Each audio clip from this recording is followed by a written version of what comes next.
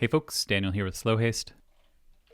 I think I just made the coolest pattern ever while cleaning that off. Today we're going to talk about the Digitone, and specifically, I want to try to make it more accessible for people and show you how easy it is to get some really great sounds with not a lot of knowledge on FM synthesis in general, and utilizing some really minimal changes to a few of the synth parameters. There's a lot of fun stuff you can do with it, and it's a super powerful sound design tool, especially in the realm of like ambient pad stuff. At least that's what I like to use it for. I think a lot of the presets do show off a little bit more of the sparkly and aggressive nature of the machine, but it can do some really soothing stuff as well. So before we dive into it, I want to take a moment to thank this video's sponsor, DistroKid. And today I want to talk a little bit about one of their features called Hyperfollow.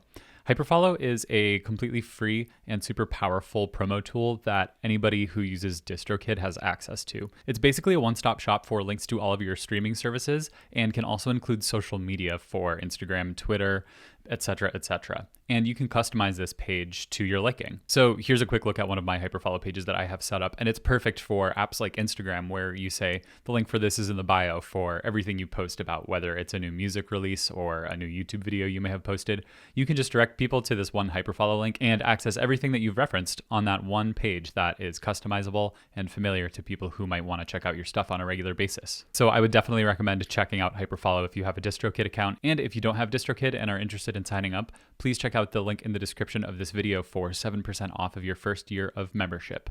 Thanks, DistroKid. So we're going to start basic, and the first thing I'm going to do is just kind of make a few tweaks to an initial patch to kind of shape it into a sound that's just different from a sine wave as somewhere to start. And I'm going to play around with kind of like an organ-y type sound.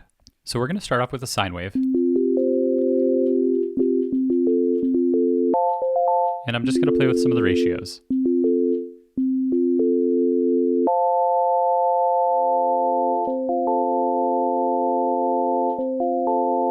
This is kind of an organ-y sound, right? And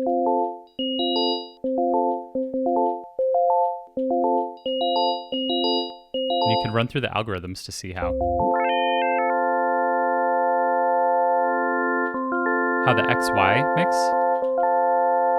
is affected by each algorithm.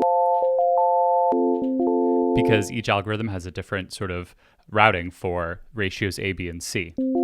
And therefore the mix will vary for each algorithm.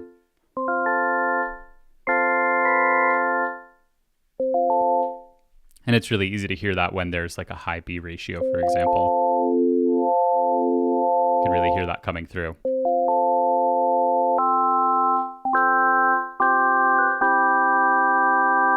So this is a super organ-y sound, and I'm personally not a fan of like that type of sound in general, but if you change the amplitude envelope,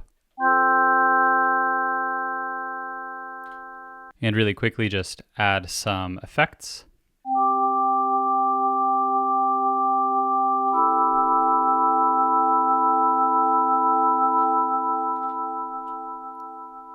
Let us turn up the decay and pre-delay and put a little high pass on that organ. And we're going to try a little drive. I don't love that, to be honest, with the drive.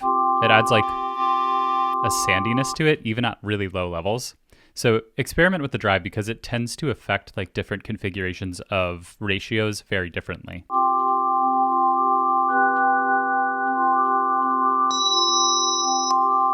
And as always, I like to run through the different algorithms after I've done like some initial sound design just to see how it will affect it.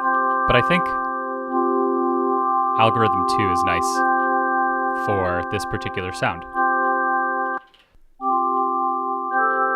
So after you've created some space and texture with the sound, like we have here, I'm actually just going to play around with the filter a little bit, remove some of that bass.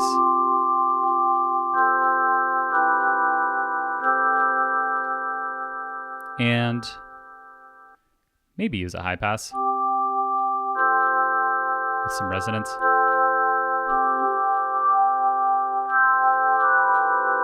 You have a little movement there. It's a little bit bitey, but that's kind of nice. So we're like super rich in high harmonics here. And I also love to play with the feedback.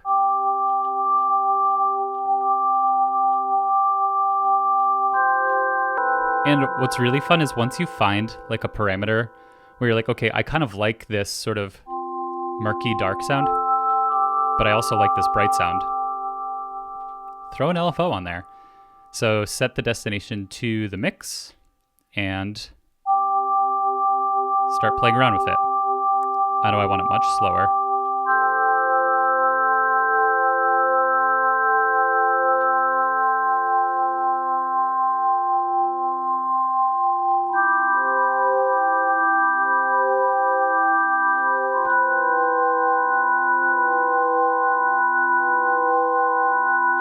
It almost sounds like one of those things that you whip around in the air, one of those crinkly plastic tubes. I'll show you right here. But you get those harmonics rotating in and out. And it's really pretty. And notice that this doesn't sound too far off from a sine wave. We're just slowly tweaking things and making small adjustments of a lot of different parameters. So don't be afraid to mess with some of the parameters that you're not as familiar with, especially the ones hidden in these submenus. So we're going to turn up some of these levels of these harmonics. You'll notice that as we bring A in, we get this harshness, right? So we want to change A.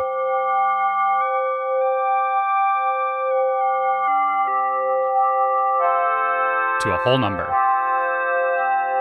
Let's try 3 actually. And then let's go back to this menu. Now you can really hear it as we turn the level up, but we're going to put a slow rise on the attack. So that note falls in. And then we can have it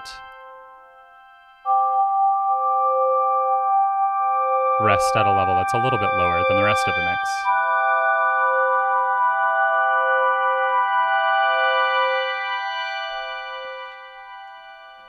Another great submenu is in Synth 1, when you double tap that, you can get these slight modulations of the ratios. It's offsetting them.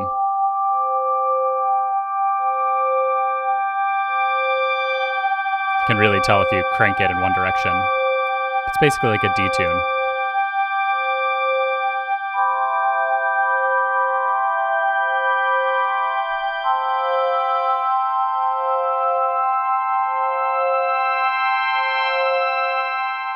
Let's play around with some of the effects a bit more. Okay, that detune is a little much for me.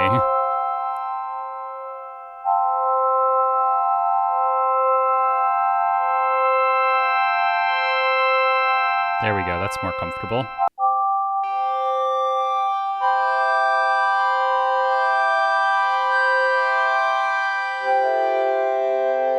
So I actually kind of like how this little bit of drive sounds when you bring the patch an octave down. I think that's super pretty.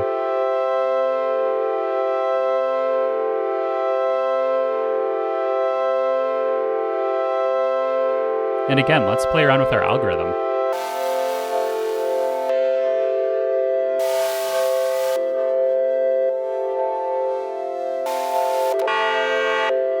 I still like algorithm 2 the best for this sound. But that's something I do in almost all the patches I make. Once I find something that I like, I go through all the algorithms just to see if there's something else that I would like more. But this is super pleasant, right?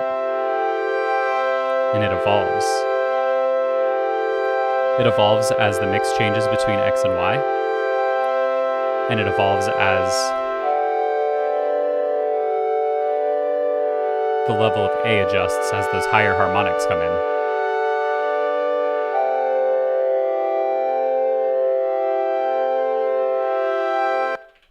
So now let's play with the arpeggiator,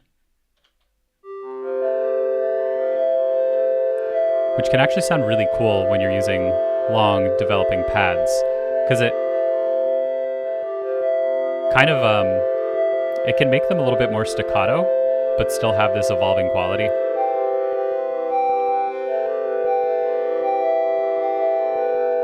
And I want to talk about the arpeggiator a little bit, because there are some things that I think are pretty obvious in nature, like the range,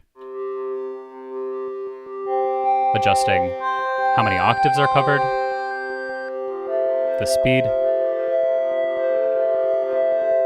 indicating the speed of the arpeggio, and then the up-down cycle or off indicating in which order to play the notes that you are arpeggiating. But let's talk about this little menu here. So this is basically like a sequencer within a sequencer. And you can adjust the length of it by shortening the pattern.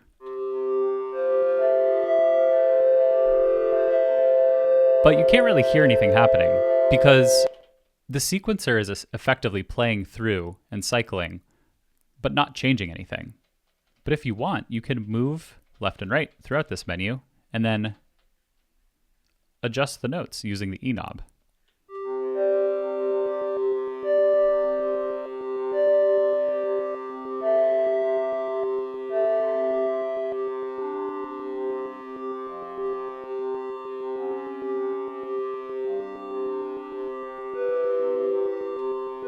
And this is all with just one note being arpeggiated.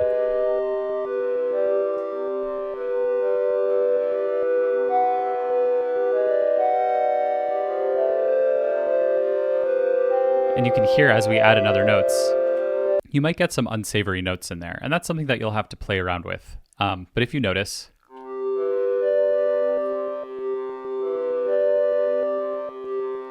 this pattern is repeating itself. Because this sequence is 16 steps. But if I shorten it again,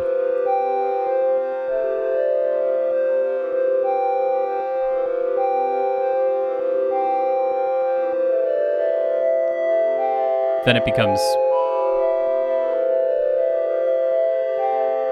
10 steps, and we get these little hiccups in the sequence occurring at different locations throughout the sequence because it's that pattern of 10 is rotating within a larger pattern of 3 notes that are repeating at a strange speed. So you get these kind of like almost arbitrarily generated sequences that you could utilize like a random sequencer. I tend to notice that you get really pretty results if you use intervals of fourths.